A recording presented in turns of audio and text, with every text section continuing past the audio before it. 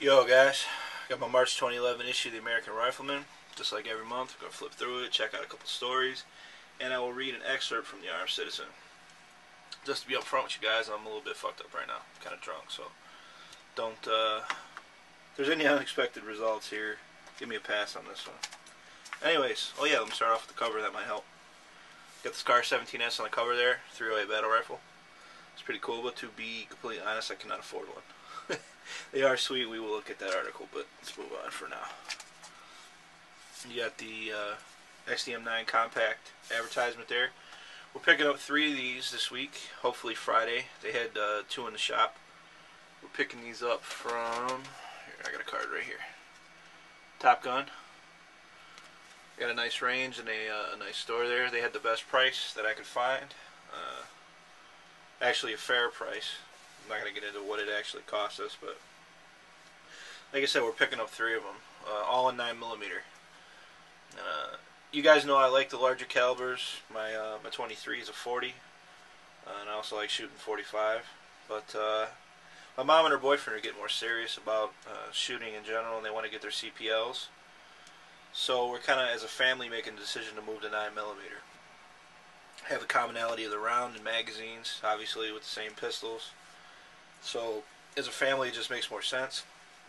Excuse me, guys. But yeah, pretty much generated by cost, that decision. I was never really a huge fan of 9mm, but I had so much fun shooting it when we rented the full-size XDM. You saw in my last video. I have no problem with going to 9mm. It's a perfectly serviceable cartridge for a defensive weapon. As long as you hit what you're supposed to hit. There is no one-hit stopper. I'm not going to get into stopping power, but I do prefer, if I can have a larger caliber, if I can make a bigger hole, you know, that helps. But hit the central nervous system, hit the heart, they're going down, so it's no big deal. But yeah, I'm actually really excited about it. I'm broke most of the time, almost all the time. I'd say better than 90% of the time, so when I get a new gun, it's kind of a big deal for me. I see a lot of guys getting guns all the time, and I get jealous, so finally a little bit of revenge here on my part. But anyways, so yeah, hopefully I'll have some videos up on the weekend. We get 3 free months shooting, I think, each when you buy a pistol or a rifle there, so at Top Gun. So that's pretty cool. The Armed Citizen for this month. I'm going to be honest, I already tried to shoot this video a couple times and I keep fucking it up because I'm having trouble reading it. But let's see if we can't get through it here. It's actually a story about some older folks defending themselves, which you guys know if you watch these videos every month. Those are my favorites. So, while returning to their car visiting a cemetery, an 82-year-old man and his 76-year-old wife were accosted by a man wearing a mask. The suspect drew an illegally possessed gun and ordered the couple to the ground. But his elderly targets were no easy victims. The husband, who has a concealed carry permit, drew a .22 caliber revolver from his pocket. The suspect took cover behind a pine tree and both men opened fire. The husband's shots forced the suspect to retreat from the area. Police arrested the suspect and an alleged accomplice, aided by a witness who described the getaway car as a white with an abnormally loud muffler, which probably translates to it being a Honda with a fart cannon. But yeah, another one in the victory column for the good guys there. Like I said, those are my favorite stories. So yeah, 82 years old, man. If that's all you can carry at that age is a .22, still getting it done.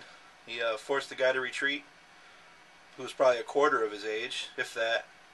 So that's really cool. Anyways, that's the Armed Citizens for this month. I'm slurring a little bit, but I did get through the article, nearly mistake-free. So let's flip into here. I'm going to turn the magazine around a little bit. Actually, I'm not going to because it's going to be a pain in the ass to shift the camera. But they have a little article on Top Shot Season 2. I've been watching it. I've seen the first 2 episodes of it. And I gotta say, I haven't been impressed with it this year. I think last year, the first season was much better. I think the overall skill level of the shooters on this one is not as good as last year. They had some champions on there, pistol champions and whatnot, that didn't even hit a target. I believe it was the Athena girl there. If you're going to go on national television and you can't even hit a single target, man, it's got to be embarrassing for you. But yeah, I'm not enjoying it as much this season. Although they did, episode 2, they had the Tommy gun on there, which is really cool. Full auto Tommy guns, which I liked. I think the first episode they had the Sharps, which is a neat rifle. Yeah, we'll flip into here.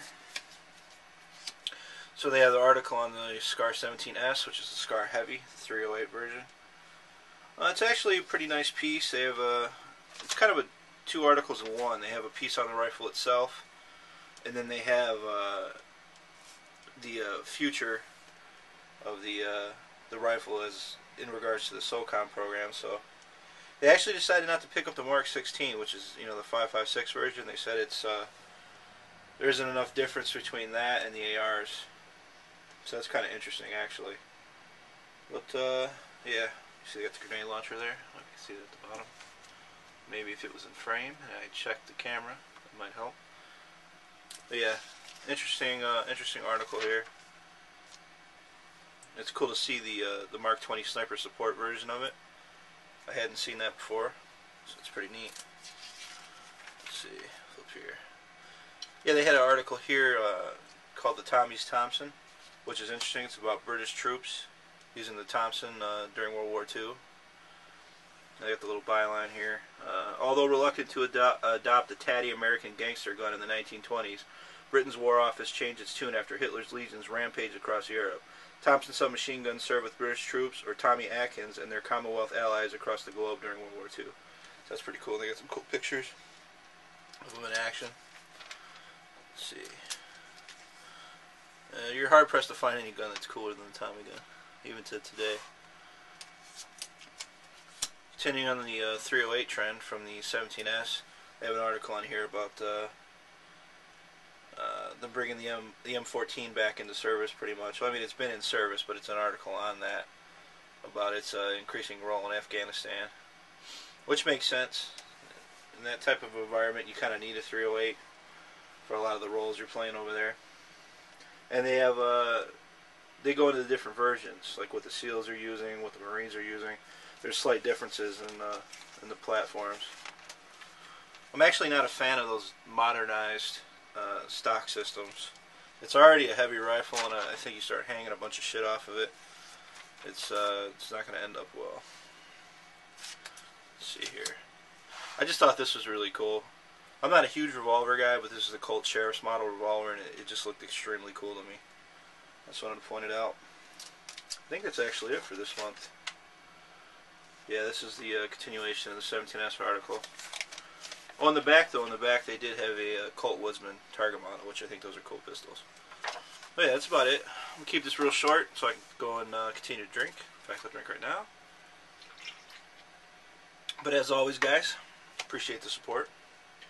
I should have, actually, you know what, I might make a video tomorrow on the book that I got from Oil the Gun, which is an extremely cool book about the 1911 and its history. I finished reading that yesterday, so I'll probably make a video tomorrow.